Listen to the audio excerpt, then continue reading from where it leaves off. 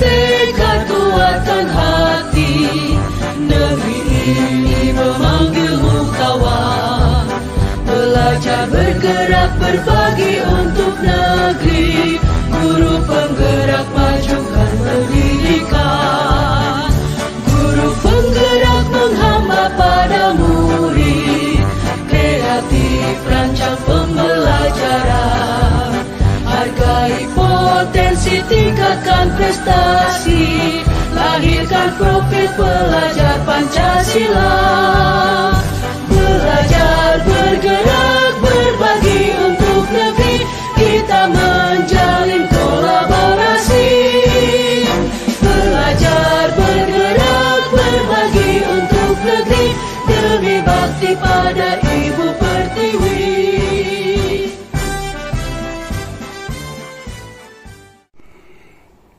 Bismillahirrahmanirrahim. Assalamualaikum warahmatullahi wabarakatuh. Rabbi shrah li sadri wa yassir li amri wahlul 'uqdatam min lisani yafqahu qawli. Amma ba'du. Puji dan syukur marilah kita panjatkan kehadirat Ilahi Rabbi, yang mana atas rahmat dan karunia-Nya kita semua masih dapat berkumpul dalam kegiatan diseminasi hari ini. Salawat beserta salam semoga selalu tercurah limpahkan kepada junjungan kita, yakni Habibana wa Nabiyana Muhammad sallallahu alaihi wasallam, kepada para sahabatnya, kepada para keluarganya, dan tidak lupa kepada kita selaku umatnya yang masih setia sampai akhir zaman. Amin ya rabbal alamin. Sebelumnya saya ucapkan terima kasih kepada Bapak dan Ibu Guru yang telah menyempatkan waktunya untuk mengikuti kegiatan pada hari ini. Sebelum masuk ke pemaparan materi, izinkan saya berpantun dulu ya Bapak Ibu.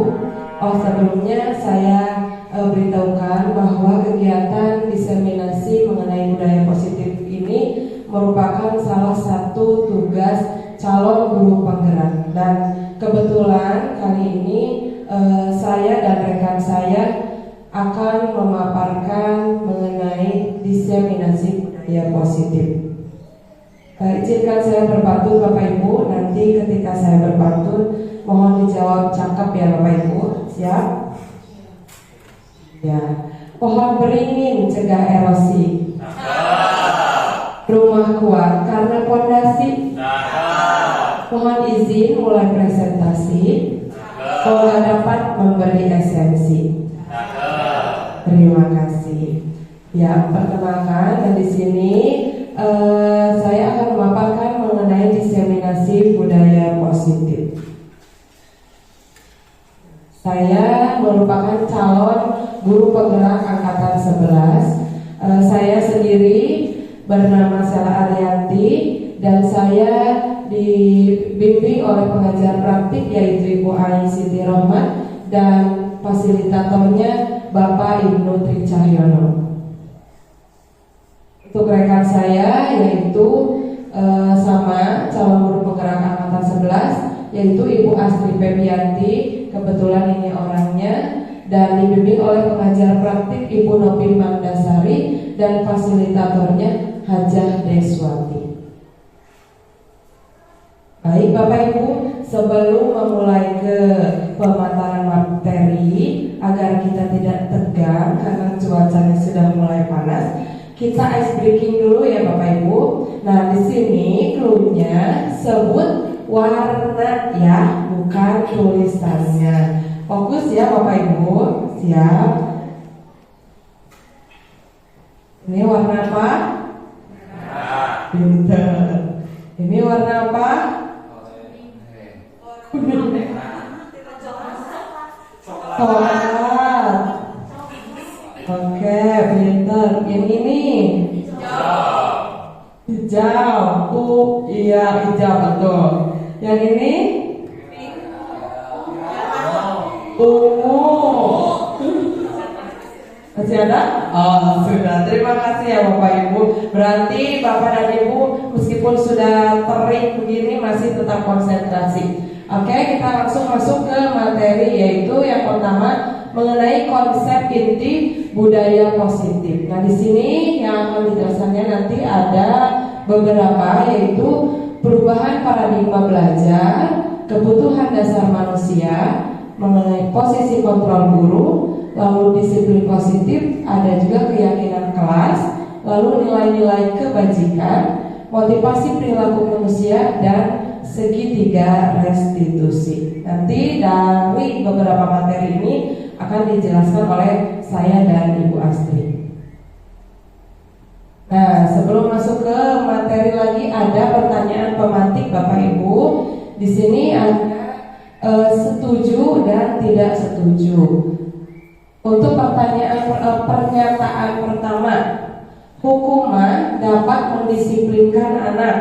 Bagaimana kira-kira menurut Bapak Ibu, setuju atau tidak setuju? Hukuman dapat mendisiplinkan anak. Setuju atau tidak setuju? Tidak. Yang sebelah sini Bapak-bapak? Tidak. Oke, nomor 2, pemberian hukuman dengan hal positif seperti membaca atau membersihkan halaman sekolah dapat meningkatkan kedisiplinan anak. Yang kedua, setuju atau tidak setuju? Setuju? Deal, setuju? Oke. Nomor 3, pemberian penghargaan dapat meningkatkan motivasi belajar anak. Bagaimana nomor 3, setuju atau tidak setuju? Setuju, Deal? Oke, jadi dari jawaban Bapak Ibu tadi nomor 1 tidak setuju, nomor 2 setuju, dan nomor 3 setuju. Ya, menurut saya Bapak Ibu, nomor 1 betul, saya setuju sekali dengan jawaban Bapak Ibu, yaitu tidak setuju ya. Jadi di sini saya juga sekalian membahas nomor 2. Yang namanya hukuman itu terpaksa ya Bapak Ibu, yang namanya hukuman itu terpaksa, sedangkan kedisiplinan itu datangnya harus dari diri sendiri ya. Jadi tidak ada embel-embel, meskipun Ibu itu hukumannya positif, tetap itu namanya adalah hukuman. Jadi tidak setuju ya Bapak Ibu, saya perbaiki. Lalu nomor 3 juga sama, memberi penghargaan. Nah, itu menurut saya tidak setuju. Kenapa? Karena motivasi belajar anak itu sama, harus timbul dari dirinya sendiri, bukan karena aku mah mau dapat hadiah dari bapak atau ibu guru baru mau belajar. Ya, tidak, tetapi itu harus ditanamkan sejak dini agar motivasi dan kedisiplinan itu berawal dari keinginan dirinya sendiri, seperti itu. Ya, untuk selanjutnya itu mengenai perubahan paradigma belajar. Pembelajaran dengan paradigma baru merupakan pembelajaran yang dirancang berdasarkan prinsip pembelajaran berdiferensiasi, sehingga para peserta didik belajar sesuai kebutuhan berdasarkan tahap perkembangan sesuai teori psikologi modern untuk mewujudkan profil pelajar Pancasila. Nah, di sini kita sudah tahu ya Bapak Ibu bahwa dalam profil pelajar Pancasila itu terdapat 6 dimensi.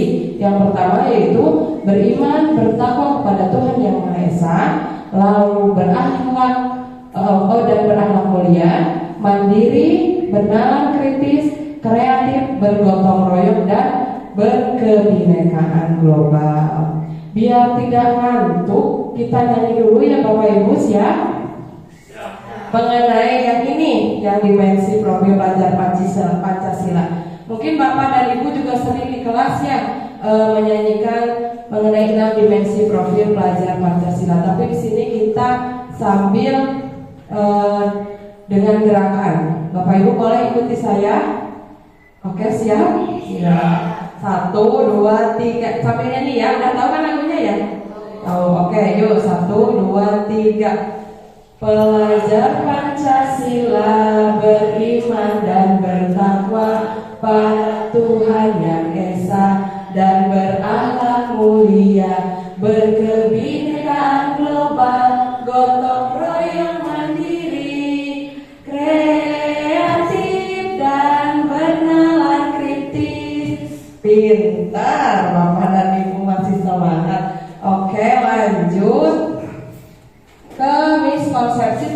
teori kontrol. Nah, di sini terdapat beberapa miskonsepsi yang perlu kita luruskan ya. Yang pertama yaitu ilusi bahwa orang dewasa berhak memaksa. Tidak ya.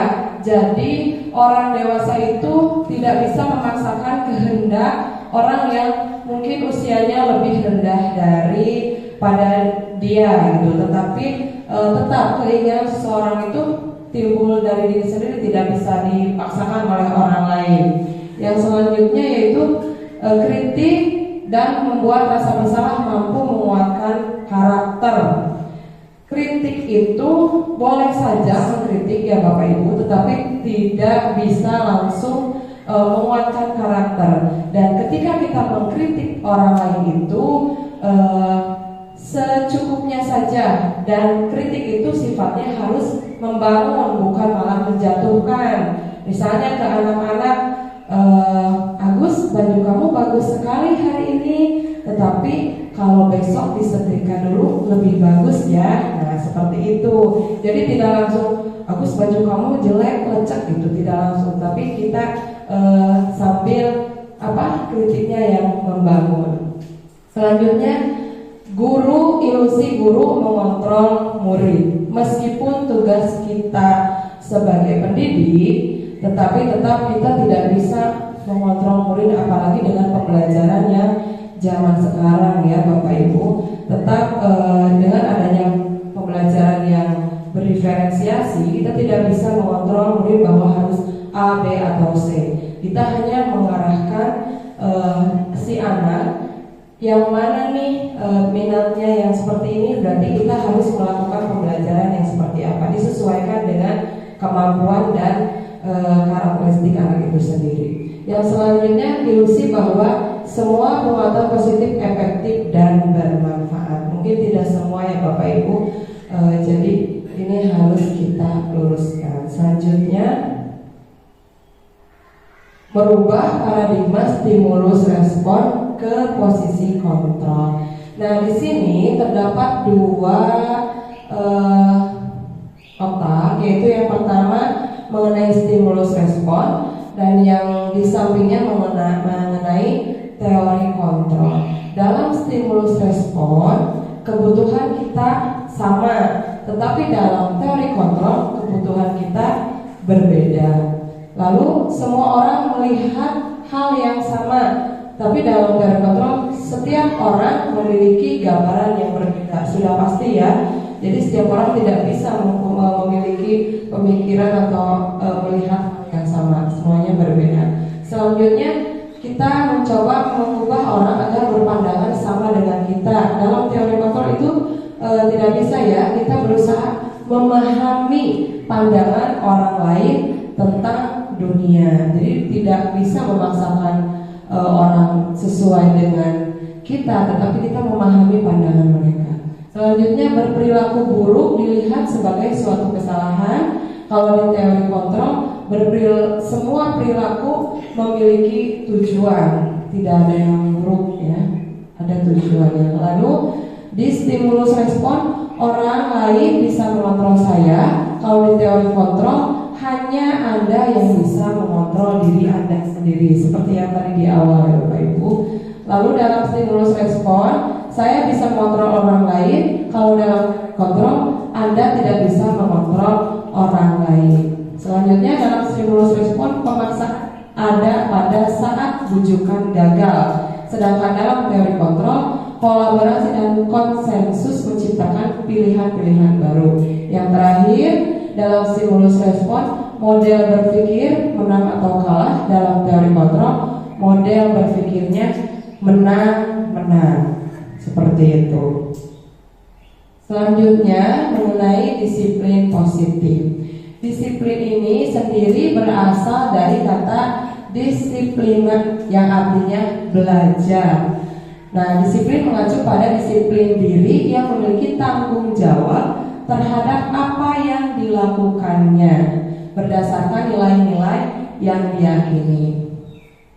Disiplin positif merupakan salah satu cara penerapan disiplin yang bertujuan untuk menumbuhkan kesadaran serta memberdayakan peserta didik tanpa imbalan. Yang tadi tanpa imbalan ataupun penghargaan, ancaman atau hukuman. Nah, kita sebagai pendidik, tujuan kita adalah menciptakan peserta didik yang memiliki disiplin diri sehingga mereka berperilaku mengacu pada nilai-nilai kebajikan universal dan memiliki motivasi intrinsik, motivasi dari dalam dirinya sendiri dalam perubahan perilaku ke arah yang lebih baik.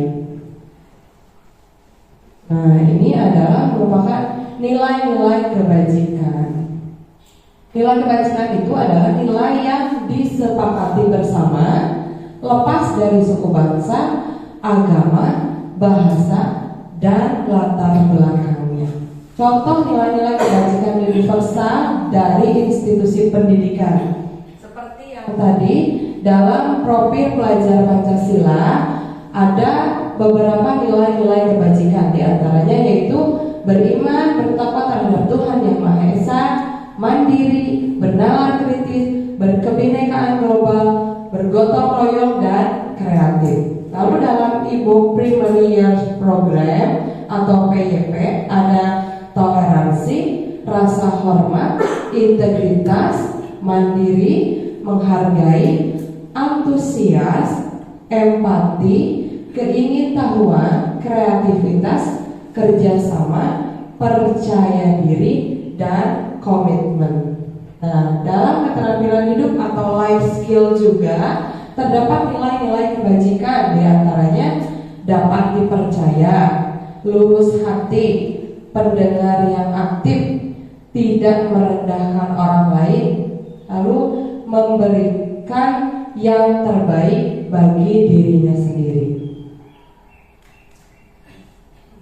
Nah, selanjutnya yaitu mengenai kebutuhan dasar manusia. Apa sih kebutuhan dasar manusia itu? Yaitu merupakan seluruh tindakan manusia memiliki tujuan tertentu. Semua yang kita lakukan adalah usaha terbaik kita mendapatkan apa yang kita inginkan. Ketika kita mendapatkan apa yang kita inginkan, semua yang dilakukan memiliki tujuan tertentu, yaitu memenuhi kebutuhan dasar. Nah, sekarang apa saja sih kebutuhan dasar manusia itu? Nah, ada 5 kebutuhan dasar manusia. Yang pertama adalah bertahan hidup, ya. Sudah pasti setiap manusia itu memiliki kebutuhan dasar untuk bertahan hidup. Agar bisa bertahan hidup itu harus apa? Tentunya harus diberikan kesehatan yang bagus, terus memiliki rumah, juga disertai dengan asupan makanan dan juga pakaiannya. Itu adalah merupakan kebutuhan dasar untuk bertahan hidup. Selanjutnya, kasih sayang dan rasa diterima. Kebutuhan untuk memberi dan menerima kasih sayang, kebutuhan akan hubungan dan koneksi sosial. Jadi di sini kita tidak hanya menginginkan kasih sayang dari orang lain saja, tetapi kita juga harus memberikan kasih sayang kita terhadap orang lain, sehingga nantinya akan ada hubungan atau dan koneksi sosial. Jadi saling, ya Bapak Ibu. Selanjutnya kesenangan, mencari kesenangan, bermain dan tertawa.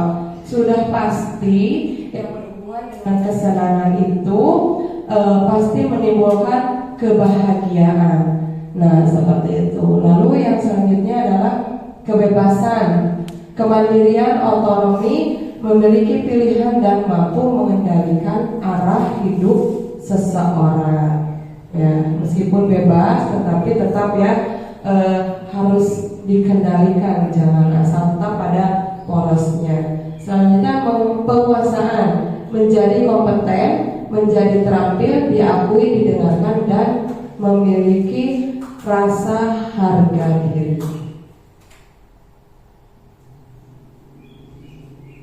Nah, yang selanjutnya yaitu motivasi perilaku manusia. Ada motivasi intrinsik dan motivasi ekstrinsik. Motivasi intrinsik itu adalah motivasi yang timbul dari dalam dirinya sendiri, Sedangkan motivasi ekstrinsik adalah motivasi yang dibantu dari luar, ada dorongan dari luar. Motivasi intrinsik itu untuk menghindari ketidaknyamanan atau hukuman, lalu untuk mendapat imbalan atau penghargaan dari pihak lain. Motivasi ekstrinsik untuk menjadi orang yang mereka inginkan dan menghargai diri sendiri dengan nilai-nilai yang mereka punya. Kalau motivasi intrinsik itu untuk dirinya sendiri, sedangkan yang ekstrinsik untuk orang lain, untuk menjadi orang yang mereka inginkan. Jadi hanya untuk orang lain, seperti itu. Nah, motivasi perilaku manusia di sini ada 3, yaitu ada hukuman, konsekuensi, dan restitusi.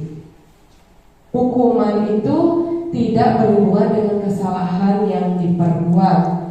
Lalu hukuman itu bersifat satu arah, berupa hukuman fisik atau psikis.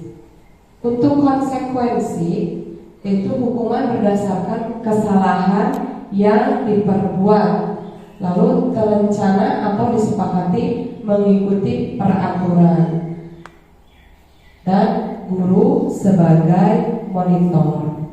Nah, untuk restitusi, proses dialog dengan murid yang mengajarkan murid untuk menyelesaikan masalahnya sendiri. Jadi terdapat perbedaan ya antara hukuman, konsekuensi, dan restitusi. Nah, di sini hukuman dan sanksi atau konsekuensi. Hukuman adalah suatu bentuk konsekuensi negatif yang diberikan sebagai respon atas tindakan yang melanggar aturan, norma, atau hukum. Sementara konsekuensi adalah hasil atau akibat dari suatu tindakan atau keputusan yang bisa bersifat positif maupun negatif.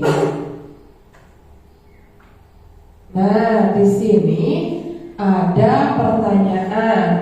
Kita sama-sama diskusikan ya Bapak Ibu.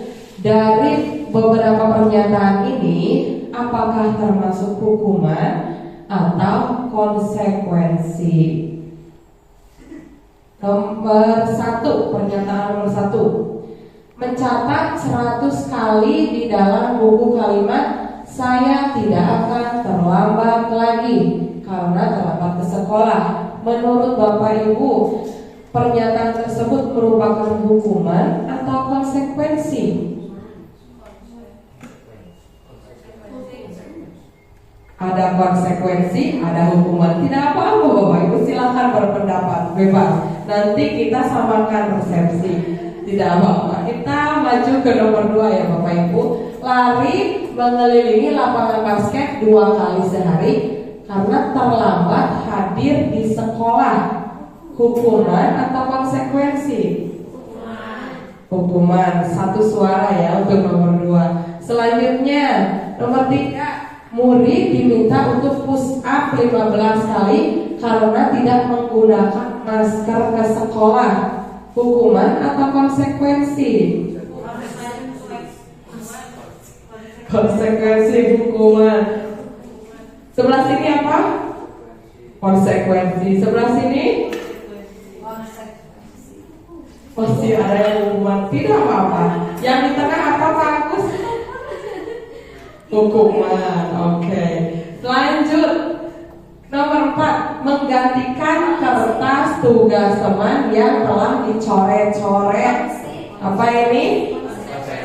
Konsekuensi. 1 jawaban. Nanti tadi nomor 1 dan nomor 3 masih beda jawaban. Tidak apa-apa. Selanjutnya, membersihkan tumpahan air di meja tulis karena tersenggol pada saat belajar. Konsekuensi. Oke, nomor selanjutnya, murid disuruh untuk mengenakan sepatu seharian di sekolah karena tidak mengenakan sepatu hitam. Hukuman atau konsekuensi? Hukuman. Oke, terakhir, lari mengelilingi lapangan basket 2 kali karena terlambat 10 menit untuk pembelajaran PCOK. Apa itu Bapak Ibu? Hukuman atau konsekuensi? Hukuman konsekuensi. Oke, jadi ada 3 jawaban yang berbeda, tidak apa-apa. Kita lihat di slide selanjutnya. Nah, nomor 1, mencatat 100 kali di dalam buku kalimat saya tidak akan terlambat lagi, karena terlambat sekolah itu adalah konsekuensi dari perbuatannya. Itu kenapa? Karena terlambat ya tadi. Selanjutnya yang nomor 2, hukuman sudah sama ya tadi. Nah, nomor 3, 15 kali karena tidak menggunakan masker, itu adalah hukuman. Nomor 4 sudah sama, karena mencuri-coret harus menggantikan kertas tugas, itu adalah konsekuensi. Nomor 5 juga sama, konsekuensi. Nomor 6 hukuman, dan yang terakhir hukuman. Ya, berarti sudah bisa membedakan yang mana hukuman dan yang mana konsekuensi. Nah, di sini baru dibahas perbedaan hukuman dan konsekuensi. Dalam hukuman itu sesuatu yang menyakitkan harus terjadi. Kalau di konsekuensi itu sesuatu harus terjadi. Kalau di hukuman membuat anak sakit psikis maupun fisik maupun hati atau psikisnya untuk jangka waktu lama ya. Jadi kalau anak dihukum itu mungkin sepertinya dia tidak apa-apa, tapi mungkin dalam dirinya itu ada yang tersayat mungkinnya, yang membuat mereka nanti pada suatu saat nanti itu diingat, oh aku dulu dihukum sama ibu misalnya gitu. Kalau di konsekuensi membuat anak merasa tidak nyaman dalam jangka pendek ya Bapak Ibu. Kalau di hukuman tadi waktunya lama akan diingat terus, tapi kalau di konsekuensi dalam jangka pendek. Terus di hukuman anak membenci kedisiplinan. Kalau di konsekuensi anak akan lebih menghargai kedisiplinan. Selanjutnya hukuman itu bersifat paksaan, kalau konsekuensi itu stimulus dan tanggapan. Di hukuman mendorong anak menyakiti diri sendiri, kalau di konsekuensi mendorong anak agar mudah menyesuaikan diri. Selanjutnya di hukuman konsep diri yang buruk, kalau di konsekuensi konsep diri yang baik. Lalu di hukuman anak belajar untuk menyembunyikan kesalahan, karena itu takut dihukum. Jadi mau jujur juga gak jadi, soalnya takut dihukum. Jadi itu belajar menyembunyikan kesalahannya. Kalau di konsekuensi anak belajar untuk mematuhi peraturan. Nah lalu terakhir di hukuman itu sifatnya marah, rasa bersalah, dipermalukan juga, dan merasa tidak dihargai. Jelas ya Bapak Ibu, yang namanya anak dihukum apalagi langsung di depan teman-temannya itu sudah pasti dalam dirinya itu merasa dipermalukan seperti itu dan merasa tidak dihargai. Kalau di konsekuensi kehilangan hak, dibuat tidak nyaman, diasingkan untuk sementara atau time out.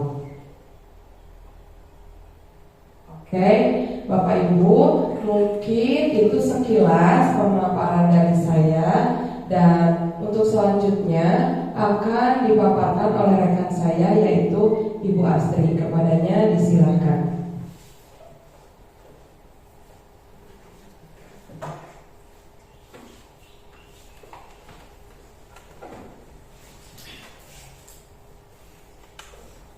Assalamualaikum warahmatullahi wabarakatuh.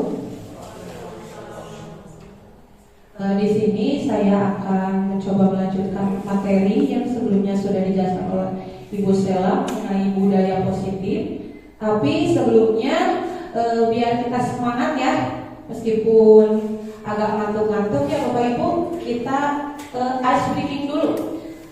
Dimohon Bapak Ibu berdiri. Berdiri ya. Di sini kata kuncinya ada gajah, semut, ular, cacing. Tugas Bapak Ibu nanti mendengarkan instruksi saya. Misalkan seperti ini. Gajah itu besar. Semut itu kecil. Ular itu panjang. Cacing itu pendek. Bisa ya Bapak Ibu? Nanti kita berulang ya. Siap Bapak Ibu? Siap. Gajah itu besar. Semut itu kecil. Cacing itu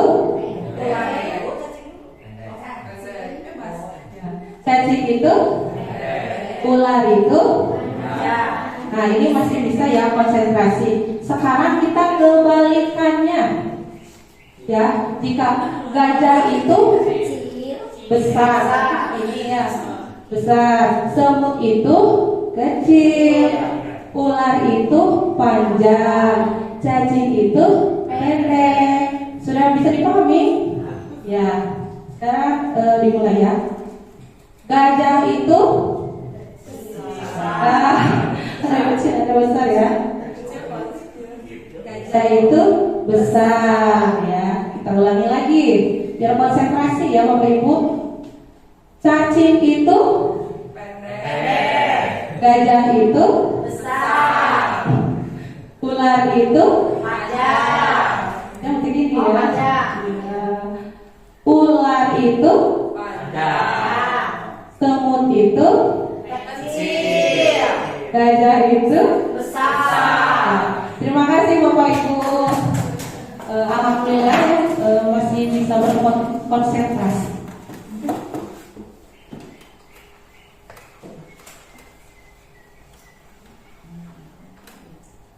Di sini saya akan memulai memaparkan tentang 5 posisi kontrol. Di sini peran Bapak Ibu guru itu bisa ada 5 ya. Yang pertama adalah penghukum, kemudian pembuat rasa bersalah, menjadi teman, sebagai pemantau dan juga sebagai manajer.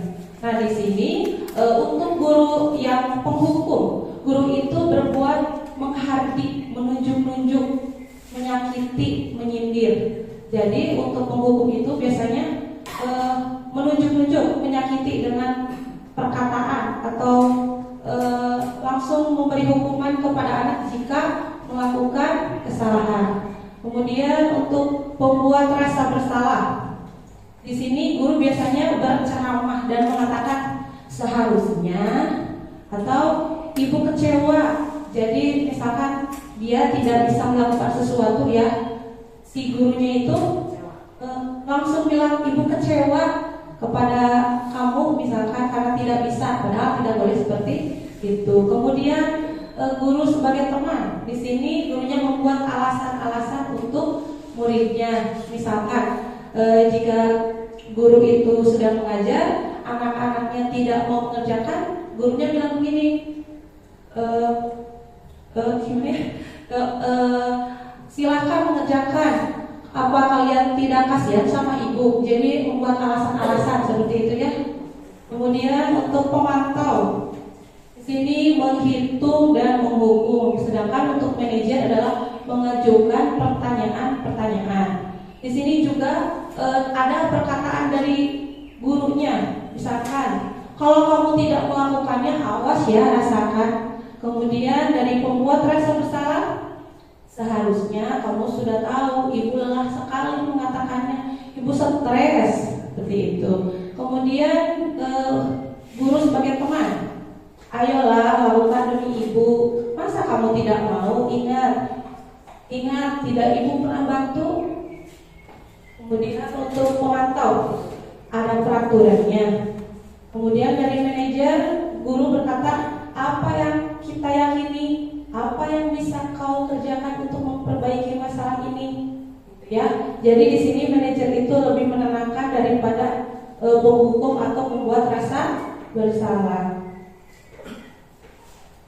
Kemudian akibat dari guru melakukan perkataan-perkataan seperti itu ya, hasilnya siswa untuk penghukum itu siswanya menjadi pemberontak, menyalahkan orang lain, sampai juga bisa berbohong gitu. Kemudian untuk pembuat rasa bersalah, hasilnya siswa menyembunyikan atau menyangkal dan berbohong. Nah di sini hasil siswa dari guru sebagai teman adalah ketergantungan. Dan untuk pemantau adalah menyesuaikan diri bila diawasi. Untuk manajer hasilnya siswa menguatkan pribadi. Kemudian kaitan dengan dunia berkualitas. Di sini itu siswa bagaimana memposisikan gurunya. Untuk guru pembuku, murid meletakkan guru di luar dunia berkualitas. Dan untuk pembuat rasa bersalah, murid meletakkan guru di dalam dunia berkualitas. Jadi di sini anak itu menganggap si guru pembuat rasa bersalah ini di dalam dunia berkualitasnya, gitu.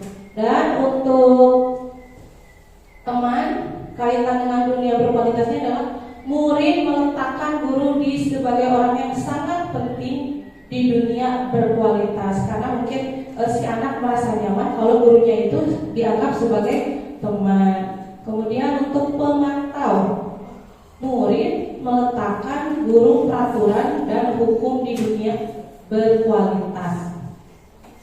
Dan untuk manajer, murid meletakkan dirinya sebagai individu yang positif dalam dunia berkualitas. Dan di sini ada respon dari murid ya. Murid berkata, biarkan saja, nanti juga marah-marah lagi.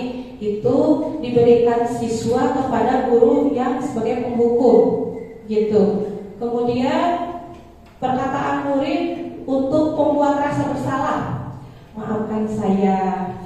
Dan untuk guru sebagai teman, murid berkata, saya pikir bapak atau ibu teman saya, ternyata begitu.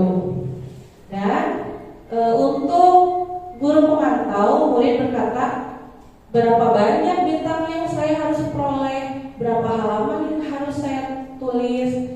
Nah di sini biasanya kan ada guru-guru yang untuk siswanya itu memberikan bintang-bintang, kalau bagus bintangnya banyak ya. Kemudian untuk manajer, murid berkata, bagaimana caranya saya bisa memperbaiki keadaan? Itu biasanya manajer untuk pertanyaan-pertanyaannya itu lebih ke menenangkan anak, lebih ke positif. Kemudian dampak pada murid, ya di sini Bapak Ibu, dampak pada murid untuk guru hukum. Murid selalu mengulangi kesalahan karena dia itu sering dihukum.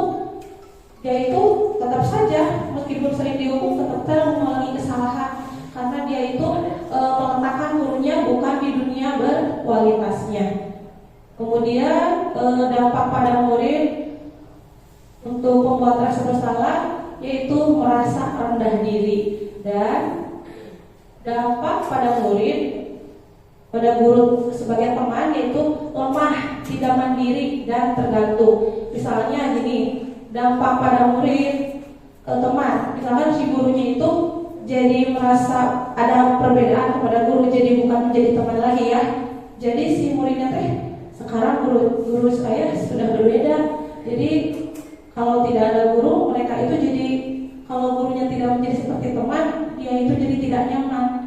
Jadi di sini si muridnya malah ketergantungan kepada guru sebagai teman. Mungkin seperti itu ya. Dan dampak pada guru pemantau, dampak pada murid menitik beratkan pada sanksi atau hadiah untuk dirinya. Kemudian dari manajer, dampak pada murid mengevaluasi diri, bagaimana cara memperbaiki diri. Ya, di sini ada 5 posisi kontrol. Semuanya peran gurunya itu berbeda-beda ya. Ada yang menyakitkan untuk murid, ada juga yang hanya memantau dan memberikan pertanyaan-pertanyaan positif yang bisa menenangkan muridnya. Kemudian, nah, Bapak Ibu, ini adalah contoh penerapan 5 posisi kontrol. Misalnya ada satu kasus ya Bapak Ibu, tidak mengerjakan tugas yang diberikan guru. Kalau gurunya sebagai penghukum, guru itu berkata lari keliling lapangan sebanyak 10 putaran. Itu kan sudah tadi seperti Ustaz sebutkan, itu adalah hukuman, ya, bukan konsekuensi. Kemudian untuk guru pembuat rasa bersalah, bisa bicaranya, ayolah tugasnya dikerjakan. Apa tidak kasihan sama ibu? Ya itu. Kemudian gurunya sebagai teman, kamu anak hebat, pasti bisa mengerjakan tugas. Nah, untuk posisi guru sebagai teman ini, jika si guru itu sudah mulai berubah, tidak seperti teman lagi, pasti anaknya itu akan yang tadinya mau dirayu untuk mengerjakan tugas, jadi siswanya sekarang tidak mau karena gurunya sudah tidak menjadi seperti teman lagi, ya. Kemudian untuk pemantau, kamu tahu kesalahan yang kamu perbuat, apa yang akan dilakukan untuk memperbaikinya, dan untuk manajer memberikan pertanyaan keyakinan kelas apa yang telah kamu langgar dan langkah apa yang akan diambil untuk memperbaikinya. Nah, ini adalah penerapan 5 posisi kontrol, ya Bapak Ibu. Sudah pasti semuanya berbeda-beda untuk menanggapi kasus tersebut. Nah, di sini saya akan membahas tentang keyakinan kelas. Sebelumnya saya tanya, di sini Bapak Ibu guru sudah membuat keyakinan kelas? Nah, alhamdulillah ya, saya yakin semuanya sudah membuat keyakinan kelas di awal. Kemudian di sini saya akan memaparkan keyakinan kelas ini merupakan budaya positif yang bisa diterapkan dalam membangun budaya positif di sekolah. Keyakinan ini akan membantu murid untuk mengembangkan disiplin diri, karena murid akan belajar mematuhi keyakinan kelas yang telah dibuat sendiri dengan didampingi guru. Jadi keyakinan kelas ini adalah dilakukan oleh guru sebelum masuk pembelajaran awal, ya Bapak Ibu, misalkan di semester 1 atau di awal semester 1 biasanya, ya, didampingi oleh guru. Jadi mereka itu membuat keyakinan-keyakinan sendiri yang nantinya akan mereka sepakati dan tidak boleh dilanggar. Kemudian menurut dosen, suatu keyakinan akan lebih memotivasi seseorang dari dalam atau memotivasi secara intrinsik. Seseorang akan lebih tergerak dan semangat untuk menjalani keyakinannya daripada hanya sekedar mengikuti serangkaian peraturan. Murid-murid pun demikian, mereka perlu mendengarkan dan mendalami tentang suatu keyakinan daripada hanya mendengarkan peraturan-peraturan yang mengatur mereka harus berlaku begini atau begitu. Nah, di sini saya contohkan saja di kelas saya. Jika ada peraturan yang saya buat, mereka itu ogah-ogah kan Bapak Ibu untuk melakukannya gitu, ya. Tetap saja mereka itu ada yang melanggar. Tetapi jika keyakinan kelas itu kan kita buat bersama dengan anak, ya.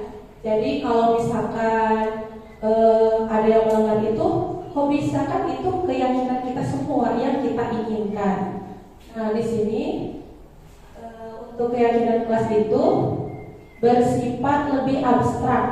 Itu berupa pernyataan-pernyataan universal yang dibuat dalam bentuk positif. Kemudian tidak terlalu banyak dapat diterapkan di lingkungan tersebut.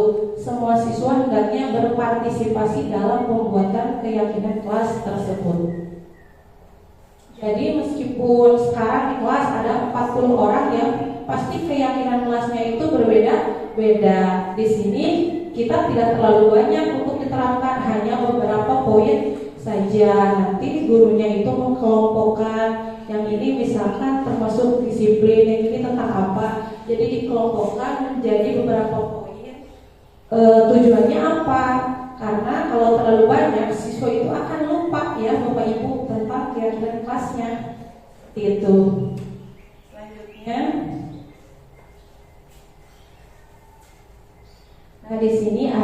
prosedur pembentukan keyakinan kelas. Langkah-langkah untuk melakukan keyakinan kelas ya.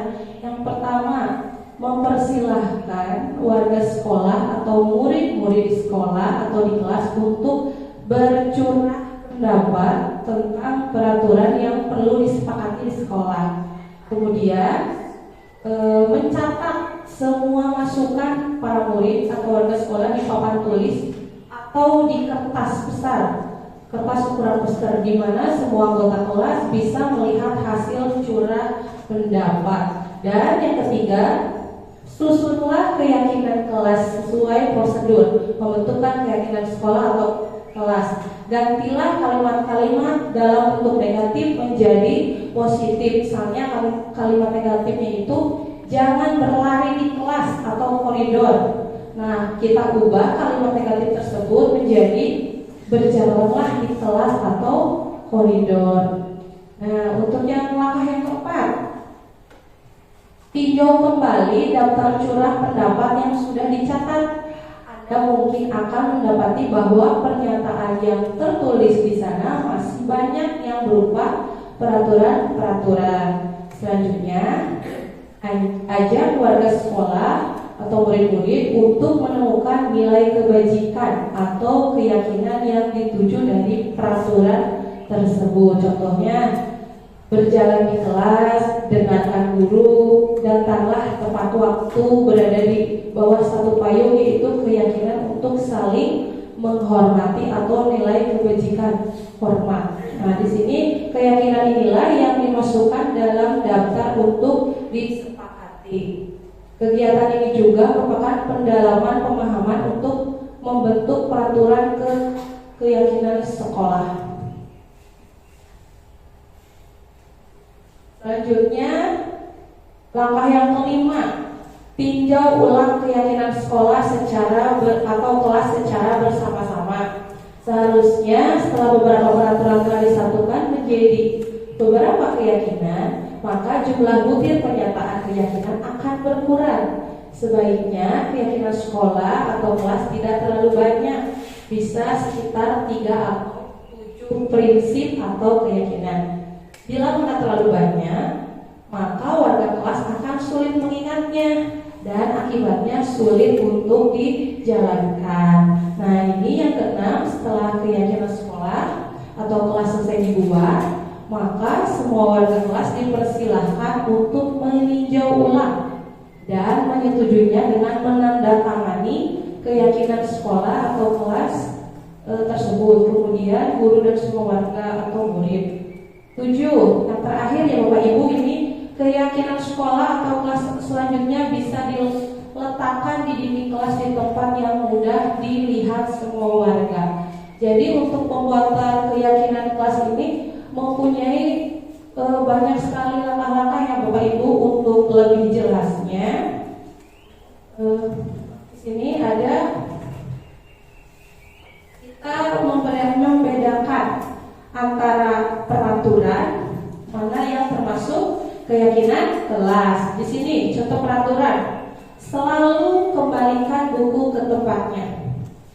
Kemudian untuk keyakinan kelas itu adalah tanggung jawab. Dan contoh berikutnya untuk peraturan, dilarang mengganggu orang lain. Untuk keyakinan kelasnya, menghormati orang lain. Untuk peraturan selanjutnya, hadir di sekolah 15 menit sebelum pembelajaran dimulai. Dan untuk keyakinan kelasnya, menghormati orang lain dan berkomitmen. Untuk peraturan selanjutnya, dilarang melakukan kekerasan. Dan dalam keyakinan kelas itu adalah termasuk keselamatan dan menghormati orang lain. Untuk peraturan selanjutnya, dilarang menggunakan narkoba. Keyakinan kelasnya adalah termasuk kesehatan.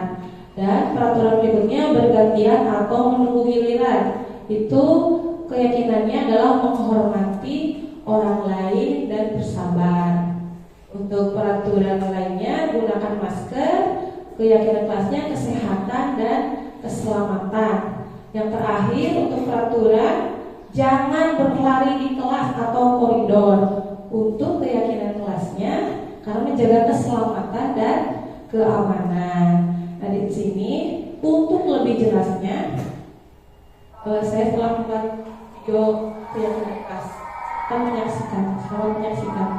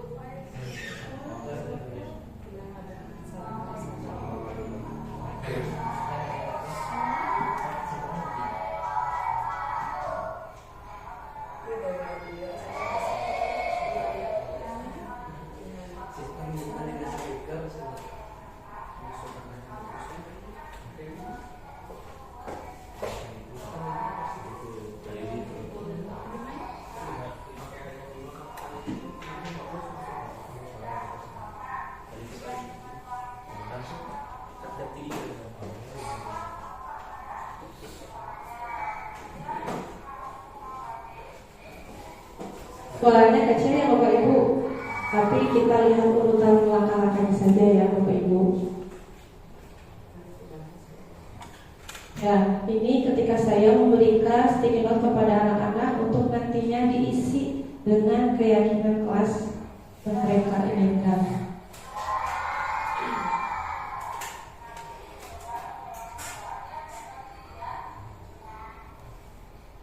Dari keyakinan kelas yang anak-anak buat nanti ditempel di video.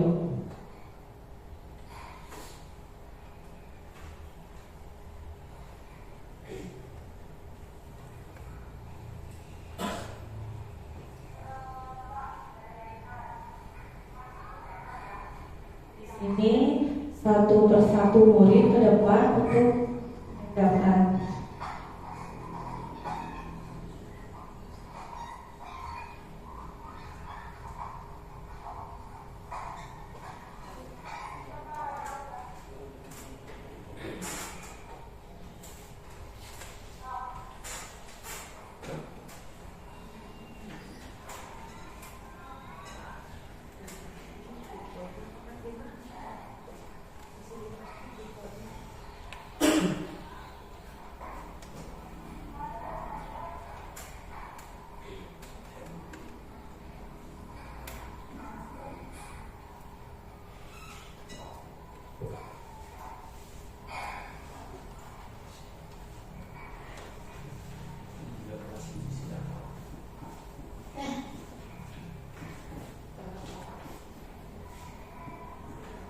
Di sini anak-anak terlihat rapi ya, mereka itu seorang, jadi tidak memberikan secara bersamaan, tertib gitu ya.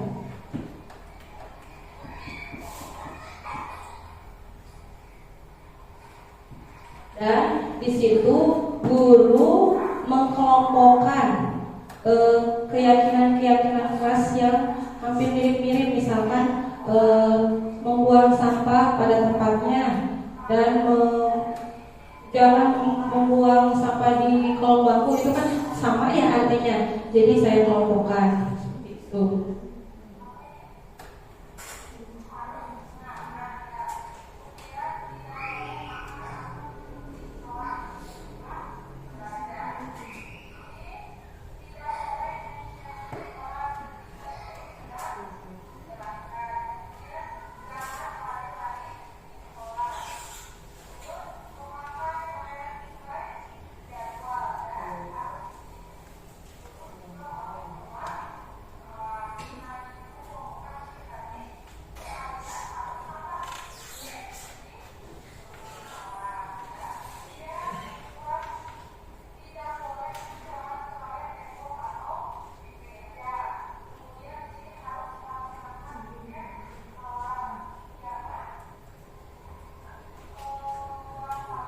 Di sini guru itu membaca semua isi keyakinan kelas yang dibuat oleh anak.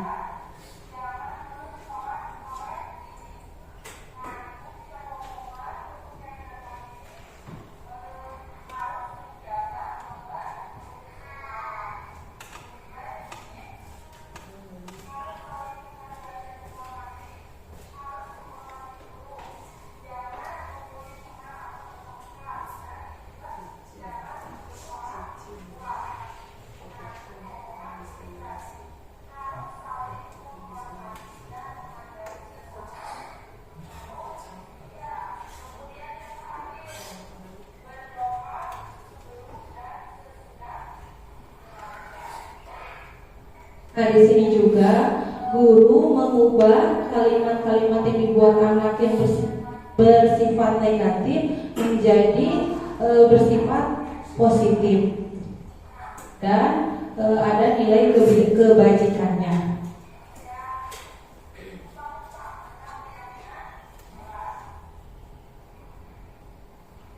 Nah, ini adalah foto dari komentar kelas atau keyakinan kelas.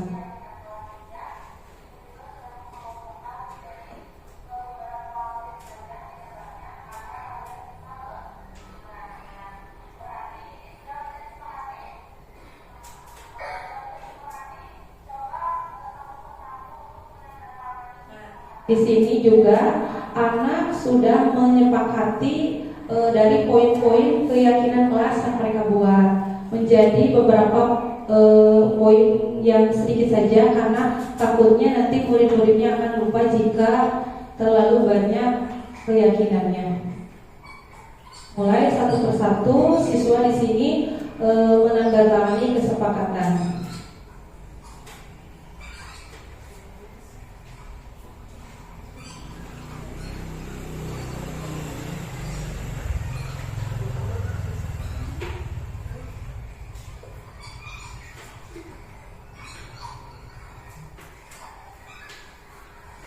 Anak-anak di sini tertib satu persatu untuk menandatangani kesepakatan kelas. Dan guru menempelkan poin-poin penting yang tadi.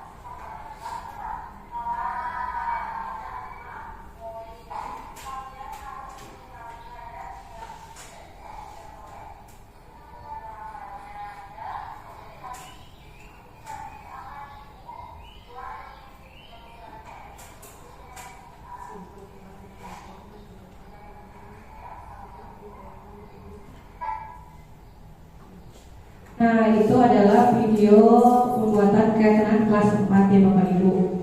Dan banyak sekali ya tadi langkah-langkahnya sudah saya jelaskan sebelumnya. Untuk materi selanjutnya yaitu segitiga restitusi.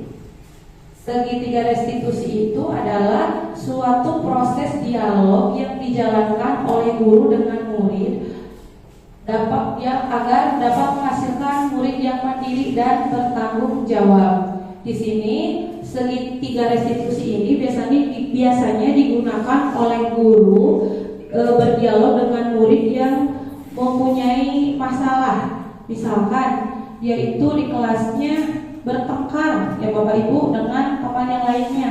Nah, di sini guru untuk menghadapi hal tersebut menggunakan langkah-langkah segitiga restitusi. Ini adalah langkah-langkah restitusi. Misalkan kita ada validasi tindakan yang salah. Yang pertama, menstabilkan identitas. Kemudian langkah yang kedua, validasi tindakan yang salah. Dan langkah yang ketiga adalah menanyakan keyakinan. Di dalam diskusi tersebut, guru biasanya bertanya, kamu tentu punya alasan mengapa melakukan itu. Kemudian, adakah cara yang lebih efektif untuk mendapatkan apa yang kamu butuhkan? Kemudian, kamu ingin menjadi orang yang seperti apa? Dan yang terakhir adalah keyakinan kelas apa yang telah kita sepakati. Nah, di sini saya jelaskan terlebih dahulu mengenai menstabilkan identitas. yaitu untuk membuat anak yang merasa gagal karena berbuat salah menjadi positif terhadap dirinya. Jadi mereka itu yang tadinya merasa gagal, oh saya salah. Nah di sini kita menstabilkan identitas, merubah anak tersebut yang tadinya merasa berbuat salah menjadi positif terhadap dirinya dengan cara berdialog, yaitu berbuat salah itu wajar. Kemudian tidak ada manusia yang sempurna dan Bapak Ibu guru juga pernah melakukan kesalahan. Kemudian Bapak Ibu tidak mencari siapa yang salah, tapi mencari solusi. Dan yang terakhir, kamu berhak merasa begitu. Selanjutnya, dalam validasi tindakan yang salah, yaitu pada dasarnya setiap tindakan manusia tujuannya adalah memenuhi kebutuhan dasar, yaitu penguasaan, kebebasan, kasih sayang, dan rasa diterima kesenangan atau bertahan hidup. Biasanya dalam validasi ini seorang guru berdialog kepada anak, yaitu seperti kamu pasti punya alasan mengapa hal itu, kemudian padahal kamu bisa melakukan hal yang lebih baik dari ini, kemudian kamu melakukannya pasti melindungi sesuatu yang penting dari dirimu. Dan yang terakhir untuk restitusi adalah menanyakan keyakinan, yaitu berdasarkan prinsip nilai-nilai kebajikan yang siswa percaya dan berubah menjadi orang yang diinginkan dan kehidupan yang dia inginkan. Biasanya dialog yang dilakukan guru adalah apa keyakinan kelas kita, keyakinan kelas apa yang telah kita sepakati, kamu ingin menjadi orang yang seperti apa, dan keyakinan kelas apa yang telah kamu langgar. Jadi di sini gurunya hanya membahas tentang menanyakan keyakinan yang ada di kelas. Kan misalkan harus disiplin di kelas, sedangkan si anak itu malah lari-larian di kelas. Berarti di sini tugas guru bertanya, apa keyakinan kelas kita? Kalau di keyakinan kelas kita tidak boleh berlari-lari, berarti kamu itu sudah melanggar keyakinan kelas. Nah, di sini video penerapan segitiga restitusi yang dilaksanakan oleh Ibu Sela dengan 2 siswa lainnya.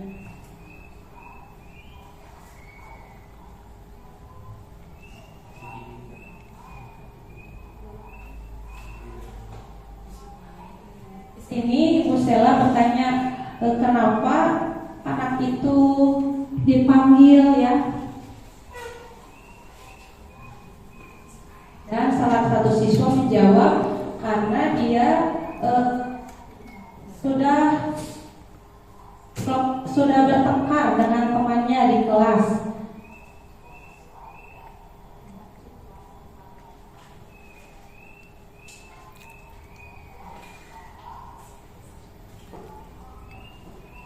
Bisa jelaskan oleh Ibu Sela untuk lebih jelasnya, karena soalnya tidak terlalu.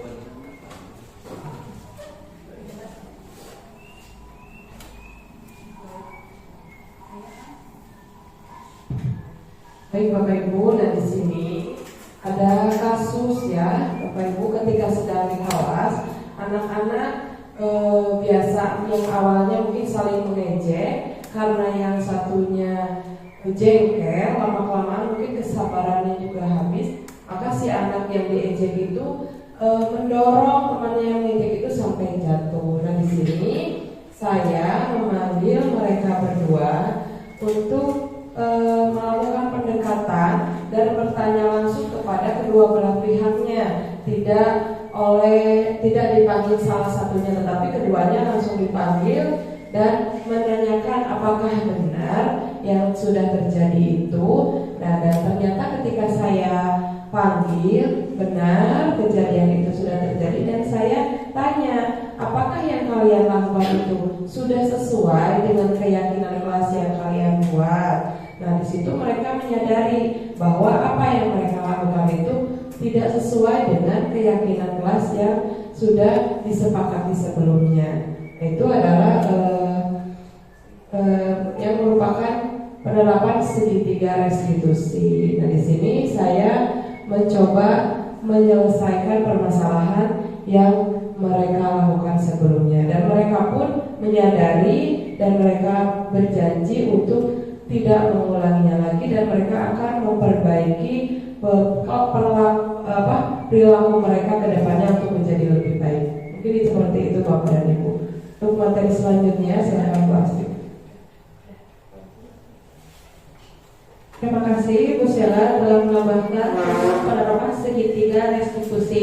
Di sini saya juga melihat ya video penerapan ini sudah sesuai dengan segitiga restitusi yang 3 tadi ya. Ada yang memvalidasi identitas, kemudian ada menanyakan keyakinan ya seperti itu. Ini sudah selesai ya Bapak Ibu. Untuk selanjutnya saya buka pertanyaan. Apabila ada Bapak Ibu yang mau bertanya, silakan.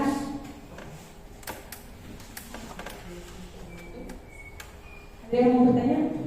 Atau memberikan umpan balik tentang apa yang saya dan Ibu Sheila presentasikan barusan tentang budaya positif. Mungkin dari Bapak Kepala Sekolah,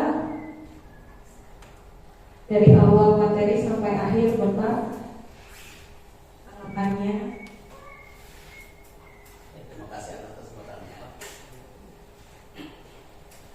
Terima kasih atas mengemukakan beberapa kegiatan ini.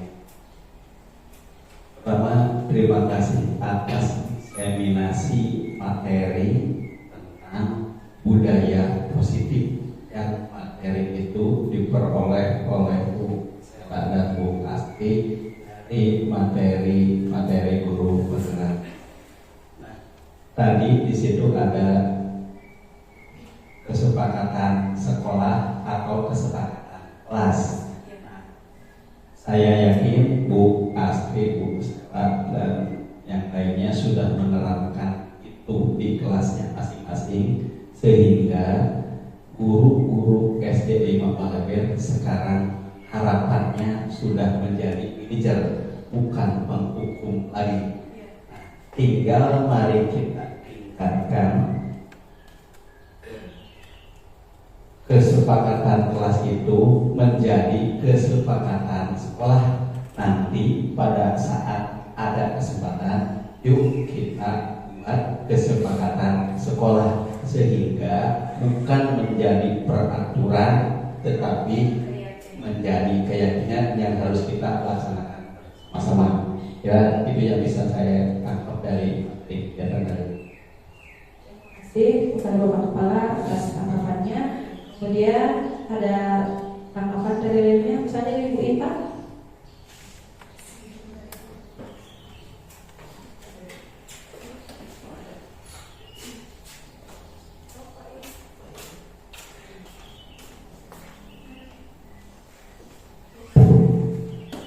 Assalamualaikum warahmatullahi wabarakatuh.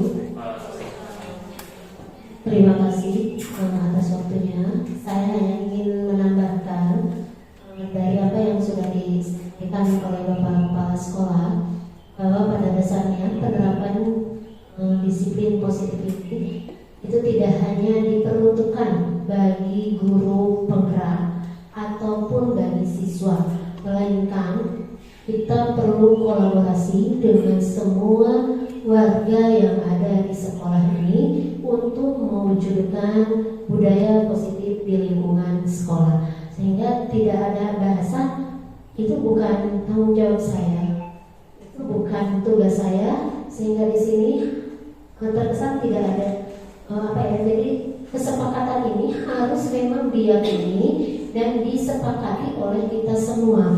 Misalkan tentang kedisiplinan, nah mari kita jalankan. Misalkan disiplin dari segi waktu, berpakaian. Dalam berpakaian pun tidak hanya terkesan indah, tetapi bagaimana caranya kita memberikan contoh yang baik kepada anak-anak dalam segi berpakaian. Itu harus diterapkan, tidak hanya menyuruh kepada siswa. Jadi harus dijalankan bersama-sama. Jadi intinya ada kolaborasi dan kerjasama dari semua pihak. Tidak sehingga bisa dijalankan oleh masing-masing. Begitupun dalam penerapan disiplin waktu. Di sini terkesan anak-anak lebih, kalau bisa ini ya, guru harus lebih awal atau bisa menyambut kedatangan siswa di sekolah. Rata-rata yang termasuk abinya dia masih abi masuk di mana? Jadi masih sering disambut oleh siswa. Jadi masih sering kesiangan dan lain sebagainya. Nah, mari setelah kita mempelajari materi ini, kita aplikasikan dalam kehidupan kita sehari-hari. Memang tidak mudah, semuanya butuh proses, asalkan kita ada komitmen. Tadinya harus ada komitmen dalam diri kita bahwa kita mampu, bisa untuk menerapkan budaya positif ini di lingkungan kita. Mungkin itu yang bisa saya sampaikan. Kedepannya mudah-mudahan bisa lebih baik lagi dan bisa mengembangkan budaya positif, karakter positif di lingkungan sekolah ini. Assalamualaikum warahmatullahi wabarakatuh. Assalamualaikum warahmatullahi wabarakatuh. Terima kasih Ibu Wita untuk tanggapannya, sangat bagus sekali, benar sekali bahwa penerapan disiplin positif ini bukan hanya kita sebagai guru penggerak saja, tetapi harus juga berkolaborasi dengan semua anggota, semua warga, maksud saya yang di sekolah. Dan di sini juga bukan hanya murid yang harus diterapkan disiplin positif itu, tapi kita juga guru harus memberikan contoh yang baik untuk murid. Mungkin ada tanggapan dari Bu Sela? Terima kasih Bu Astri. Ya betul sekali tadi yang disampaikan oleh Bapak Kepala Sekolah dan juga Ibu Ita, bahwa jadi pembuatan keyakinan kelas itu bukan hanya diperuntukkan untuk murid-murid saja, tapi kita pun selaku pendidik perlu ada keyakinan sekolah mungkin ya, yang disepakati oleh kita bersama tentunya. Yang dikatakan Ibu Ita juga betul sekali, bahwa penerapan disiplin positif ini bukan diperuntukkan untuk guru penggerak saja dan bukan juga untuk siswa saja, tetapi balik lagi kita selaku pendidik yang sesuai dengan filosofi Ki Hajar Dewantara, bahwa kita itu harus memberikan tuntunan kepada peserta didik kita dengan cara apa? Yaitu dengan cara memberikan teladan yang baik. Seperti yang tadi misalnya, meskipun di sekolah tidak ada hukuman untuk guru yang kesiangan atau reward untuk guru yang datang lebih awal, tetapi kita kembalikan kepada diri kita sendiri. Kembali lagi, disiplin itu datangnya dari dalam diri sendiri. Yuk kita sama-sama ada motivasi tumbuh dari dalam diri kita sendiri, bahwa tugas kita itu untuk apa sih ke sekolah itu, ya tentunya tugas guru ya untuk mengajar, untuk mendidik anak-anaknya dengan memberi tuntunan itu tadi. Makanya ketika kita memberikan contoh yang baik kepada anak-anak itu sifatnya mencontoh, meniru, sudah pasti. Lama-kelamaan anak juga mulai terbiasa seperti itu mungkin. Dan betul juga bahwa penerapan disiplin positif, budaya positif ini perlu adanya dukungan dari orang tua ataupun lingkungan masyarakat. Bukan hanya guru, kepala sekolah dan juga murid, tetapi harus didukung juga oleh pihak-pihak yang lain. Mungkin seperti itu. Mungkin yang lain, Bapak atau Ibu ada yang memberi tanggapan atau mungkin ada yang belum dimengerti dari pembahasan kami, barangkali yang lainnya ada lagi? Sudah cukup atau sudah cukup? Bapak Rodi mau? Boleh, silakan.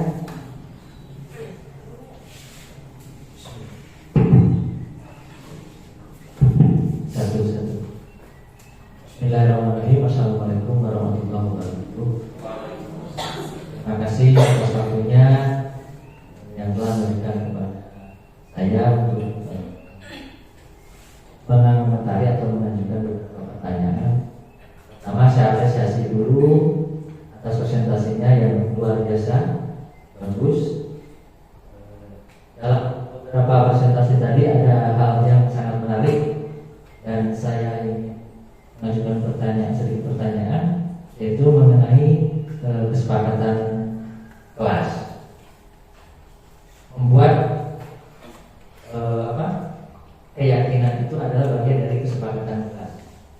Yang saya pertanyakan, bagaimana dalam implementasi membuat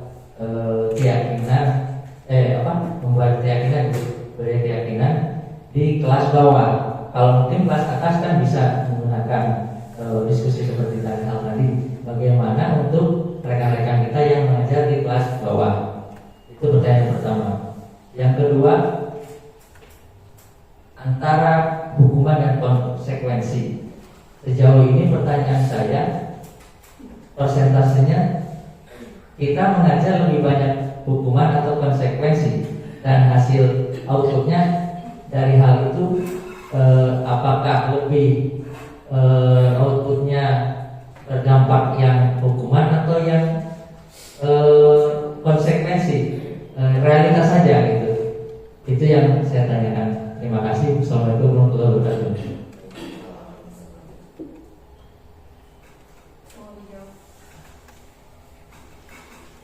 Mau dijawab oleh siapa dulu? Saya dulu.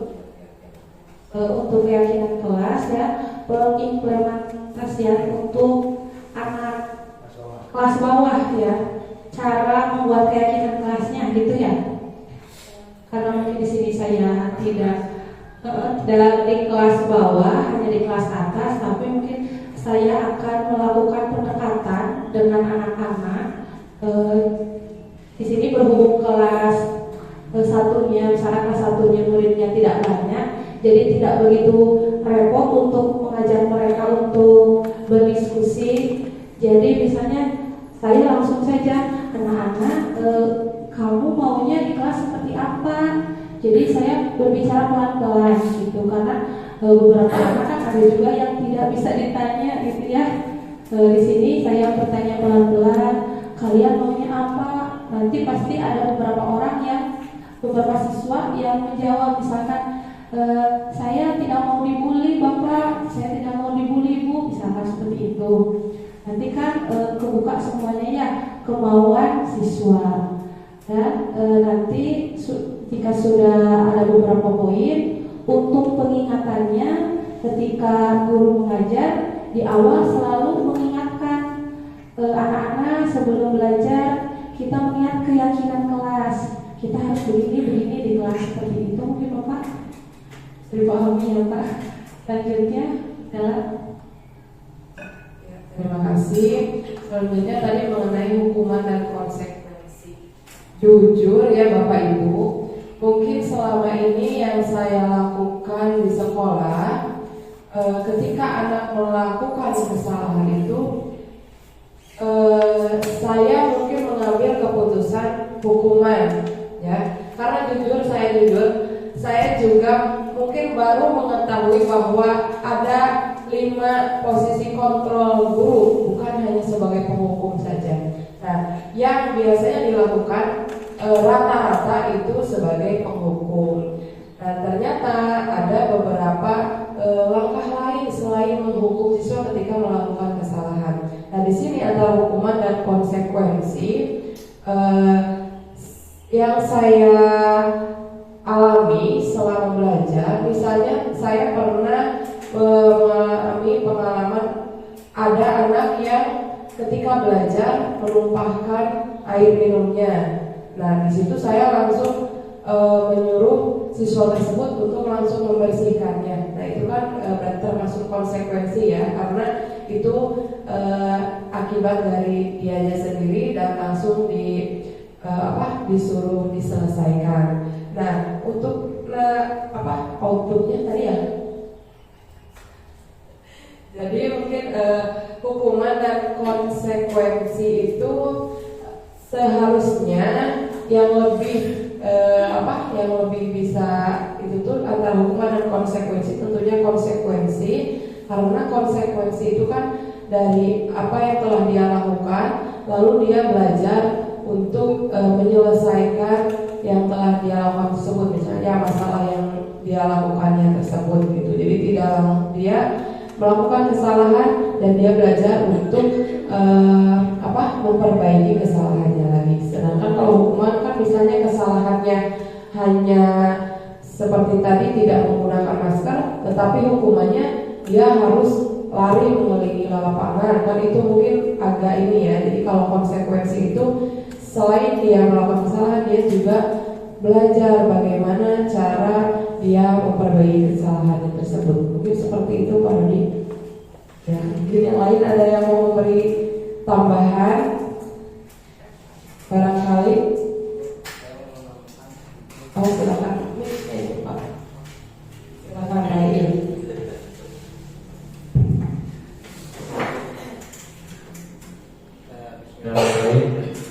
Lanjut saja ya.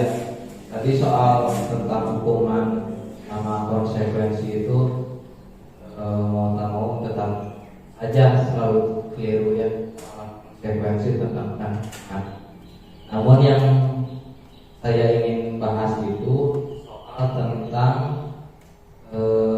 penyesuaian keyakinan ya, tentang soal keyakinan.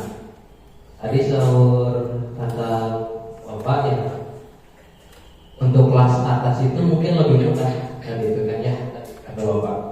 Namun tadi kata pemateri dengan cara yang sudah disampaikan oleh pemateri itu menurut saya secara pribadi gini ya.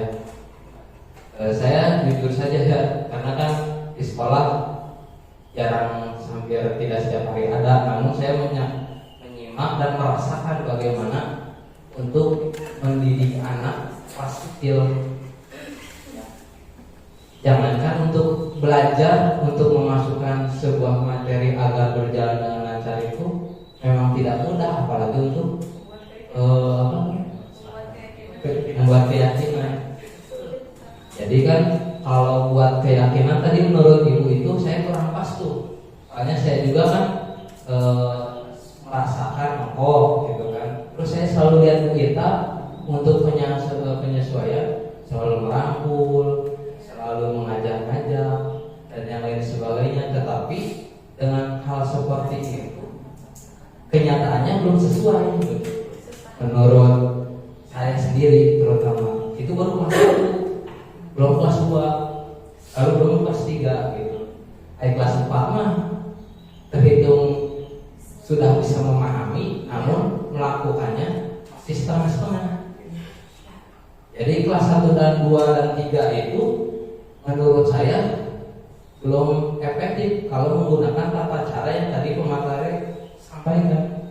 Mungkin seperti itu, bisa dijelaskan lebih detail lagi ya. Terima kasih. Assalamualaikum.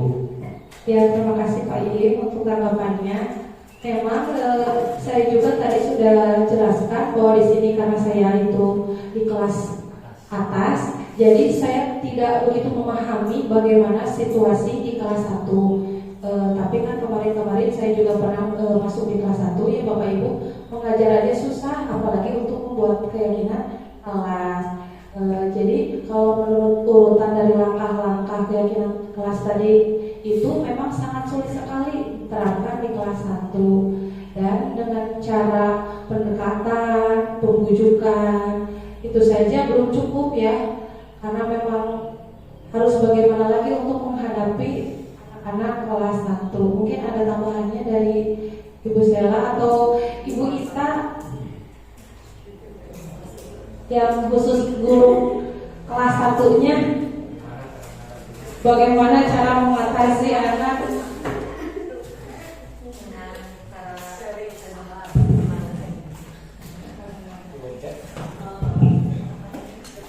Assalamualaikum warahmatullahi wabarakatuh. Terima kasih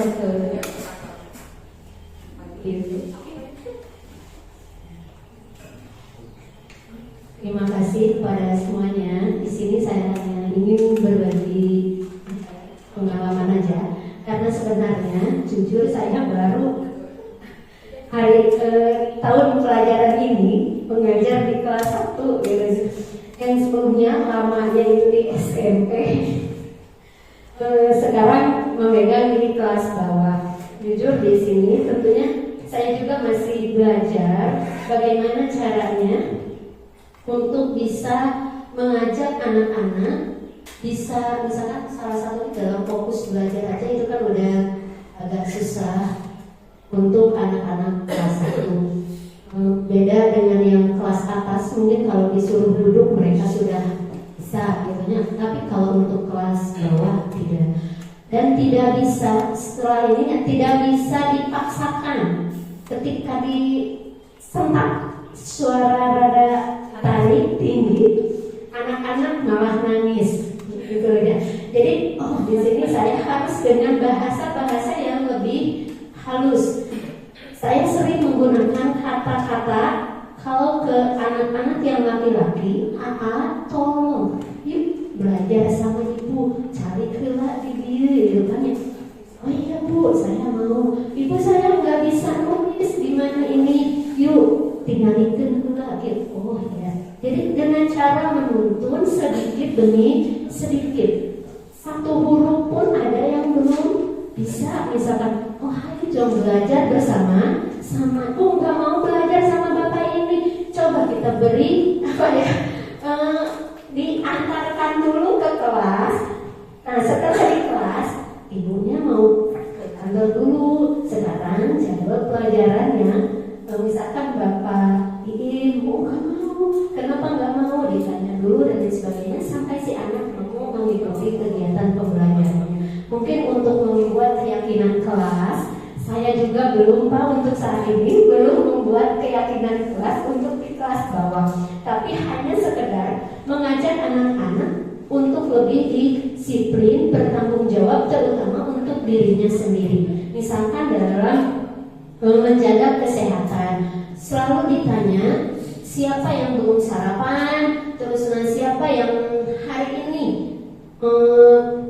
bajunya atau dari segi kesiapan dari rumahnya, misalkan salaman dulu atau tidak. Nah di situ langsung dikasih tahu itu adalah perilaku baik yang harus kita tanamkan dalam kehidupan kita sehari-hari. Jadi jangan lupa ya anak-anak, setiap hari harus makan dulu ketika mau berangkat ke sekolah. Terus jangan lupa untuk datang ke sekolah tepat waktu. Jadi hanya mengingatkan mungkin ya, karena anak-anak kelas bawah itu belum bisa berpikir sampai situ. Apa yang dimaksud dengan tepat waktu? Apa yang dimaksud dengan disiplin itu harus seperti apa? Jadi kita yang harus membimbing mereka gitu mungkin ya. Tapi lama-lama mereka juga sedikit demi sedikit ada perubahan. Tinggalin namanya Bapak Ibu, ada orang tua yang suka laporan, ibu hatur nuhun sekarang anak-anak udah mulai bisa mandiri. Ibak di rumah tos biasa, tos terkadang diibakan beli cenanya. Terus berangkat ke sekolah selalu pamitan dulu, tos terkadang diantar diri. Ada beberapa yang seperti itu. Jadi mulai tumbuh jiwa kemandiriannya. Mungkin dari saya seperti itu caranya. Untuk cara yang lebih efektifnya saya juga masih belajar untuk lebih bagaimana caranya mendidik yang baik, terutama bagi anak-anak yang berada di kelas bawah. Karena bagi saya ya, guru itu harus belajar sepanjang hayat. Mungkin di sini. Jadi berapapun tantangannya, apapun tantangannya, guru itu harus bisa. Tidak boleh ada kata tidak bisa. Itu mungkin yang memotivasinya. Karena kalau motivasi kita tidak bisa, berarti udah mundur duluan. Tetapi kalau kita memotivasi diri kita, dikasih tugas misalkan harus di kelas 1 meskipun belum pernah, saya harus bisa bagaimanapun caranya. Nah mungkin perlakuan juga dari segi fisik kita sendiri ya, gurunya harus dipersiapkan mental dan lain sebagainya. Harus lebih bersabar lagi dan harus lebih jiwa keibuan. Mungkin kalau bapak-bapak mungkin jiwa kebapak-bapakannya harus muncul. Jadi jangan sampai kita memaksa kepada anak kelas bawah nyerah sampor. Nah itu kan tidak bisa gitu kan. Satu kata aja sudah capek untuk mereka gitu kan. Jadi bisa disingkat lahnya dengan kata-kata yang lebih pendek, atau bisa diturun satu persatu gitu. Jadi tidak bisa dipaksakan untuk keyakinan kelas mungkin gitu ya. Jadi hanya diingatkan dan diingatkan. Oh, ini harus, kalau belajar harus seperti apa, dengarkan Bu. Oh, berarti kan itu mereka sudah menyadari bahwa ketika belajar mereka harus mendengarkan. Kalau disuruh menulis, kalian apa yang harus dilakukan? Menulis Bu. Oh, berarti mereka juga sudah tahu. Cuman kalau mereka sudah disuruh menulis dibagi speaking note tidak tadi, itu tidak mungkin karena tidak semua siswa sudah bisa menulis untuk tingkat bawah. Jadi masih harus dituntut satu per satu, dituntun ya. Jadi jangan menuntut gitu ya. Dan kita harus sadari bahwa setiap anak itu unik, tidak bisa memaksakan semuanya harus bisa hari itu. Jadi harus dilayani dengan baik, itunya sebagaimana jangan guru itu sebagai pelayan bagi anak-anak. Jadi lamun ayah setiasa sok didekati dan lain sebagainya. Itu mungkin untuk kelas bawah. Beda untuk perlakuan kelas atas, setiasa diarahkan ya Pak. Terus diajak diskusi, mereka sudah bisa. Kelas bawah mah diajak diskusi tidak mungkin bisa, gitu kan? Susah. Apa ini, gitu kan? Nah itu jadi untuk kelas bawah mungkin kita harus lebih bisa bagaimana caranya untuk mewadahi keinginan mereka. Mungkin hanya itu yang bisa saya sampaikan. Mohon maaf atas segala kekurangan dan kesalahannya. Wabillahi taufiq wal hidayah. Wassalamualaikum warahmatullahi wabarakatuh. Waalaikumsalam warahmatullahi wabarakatuh. Terima kasih Ibu Ita ya. Itu pengalaman Ibu Ita selama mengajari kelas 1. Ternyata sangat sepertinya mudah mengajari kelas 1, tapi subhanallah sekali ya Ibu Ita. Itu. Terus tadi yang dikatakan oleh Pak Iim, masih keliru cina hukuman sama konsekuensi. Ya sama ya Pak. Jadi antara konsekuensi dan hukuman itu memang beda tipis mungkin ya, tapi kita garis bawahi bahwa hukuman itu kan kita itu mengendalikan si anak seperti itu dan merubah pola pikirnya, dan hukuman itu membuat anak merasa bersalah ya.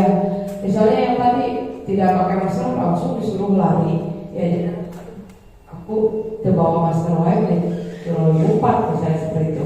Sedangkan konsekuensi itu mengajarkan bagaimana anak itu bertingkah laku lebih baik lagi ke depannya. Misalnya tadi yang di kasus saya, si anak menjatuhkan air, cara penyelesaiannya adalah dia harus ngepel sendiri. Berarti bagaimana nih ke depannya biar saya tidak ngepel lagi, berarti saya jangan menjatuhkan air lagi, tidak melakukan kesalahan lagi. Mungkin seperti itu.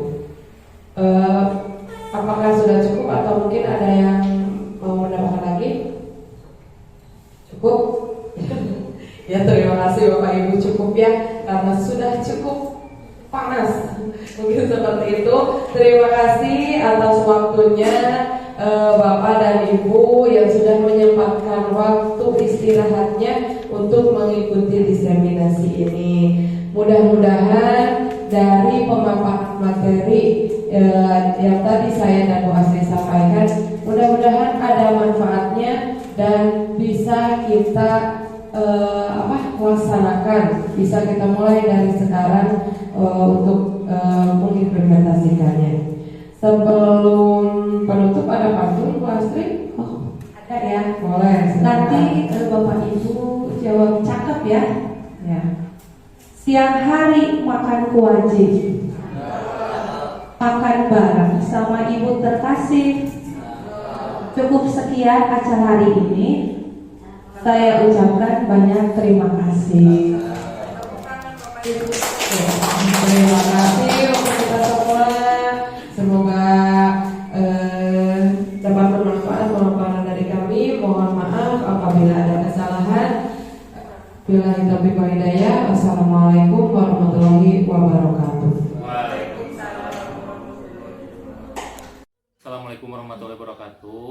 Baik, setelah saya mengikuti diseminasi budaya positif di sekolah, alhamdulillah pemaparannya sangat luar biasa sekali, dapat membuka jalan pikiran bagi setiap guru.